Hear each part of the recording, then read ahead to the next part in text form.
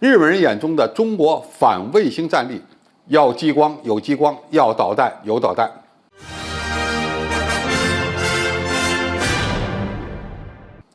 观众朋友、网友朋友，大家好，我是付先少。近日，日本外交学者网站对中国拥有的反卫星能力进行了盘点，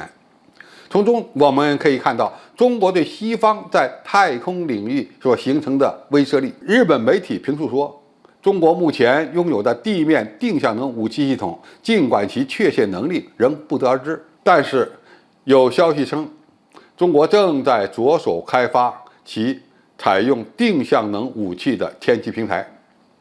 中国国内的技术创新表明，解放军有能力克服技术挑战，在不远的将来部署可以军用的定向能武器系统。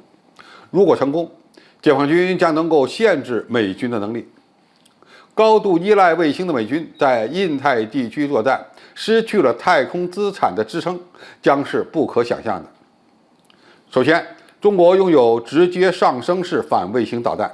从而成为全球第二个拥有成熟的 KKV 技术的国家。但是，这并非中国反卫星能力的发展方向，因为中国目前拥有的太空资产在世界上排名第二。用导弹打击卫星所带来的大量太空垃圾，可能也会影响到中国自己。其次，中国认为非动能的反卫星能力可能更为重要。事实上，中国的战略家认为，非动能反卫星能力是可逆的，即非破坏性的。因此，在潜在的军事危机中，采用定向能武器攻击对手的卫星所带来的战争升级的风险比较小。目前，中国正在发展的非动能反卫星能力，也就是定向能武器，包括大功率的激光武器、高功率的微波武器、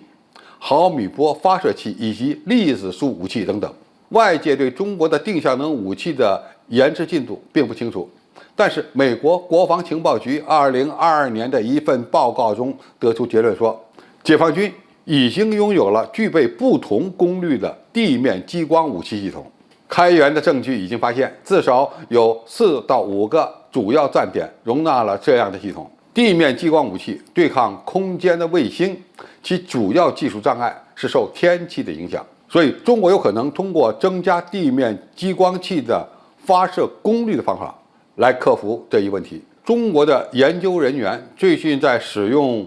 束条管放大器技术方面取得的科学突破表明，未来的定向能武器系统可能会比目前运行的装置强大得多。据说，上海的研究人员正在开展一个项目，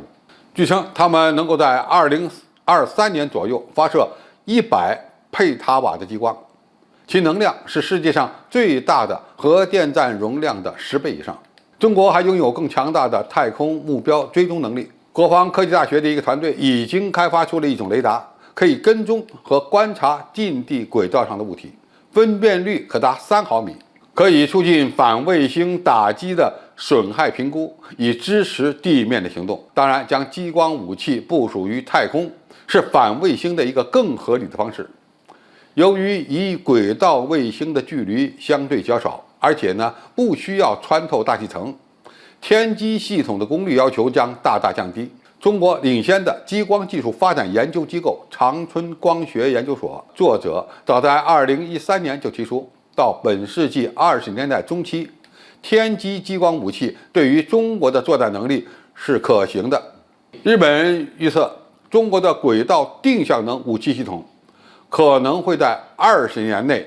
部署于太空。实际上，中国是第一个提出反对太空军事化的国家，但是并不等于中国不会发展相应的军事技术，因为一旦有其他的国家把武器装备引入太空，那么我们就必须事先做好准备，以采取应对的措施。如果美国有一天想用其太空武器与中国人民解放军进行一场全面的较量，那么它所依赖的太空资产就有可能会成为废铁，因为我们真有这样的实力。为此，我们要警告某些企图将太空军事化的国家，不要轻易地把战火引向太空，否则他们遭到的损失将会更大。好，今天的评述就到这里，谢谢大家收看，我们下期再见。